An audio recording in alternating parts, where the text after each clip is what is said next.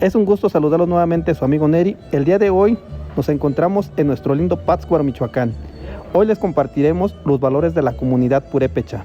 Ireteri, Mimishekwa. Buenan ya, iniciamos. Harat Pekwa, ayuda mutua. Maruats Peracua, ser servicial. Curancha Peracua, saber escuchar o entender.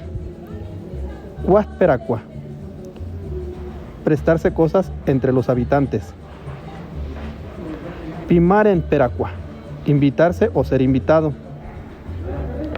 Hues Peracua, estimarse o apreciarse. Jacascucua, creencia en algo. Juramucua, la autoridad, poder o la ley. Anyicuarit, el trabajo comunal. Tzipecua, la alegría.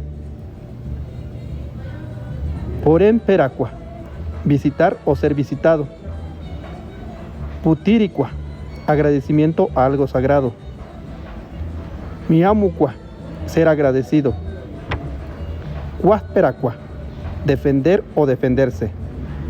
Montacucua, el trueque o intercambio de cosas. Eso es todo lo que les compartimos el día de hoy. Espero les haya gustado esta bonita cápsula. Eshem Peracachax, nos vemos.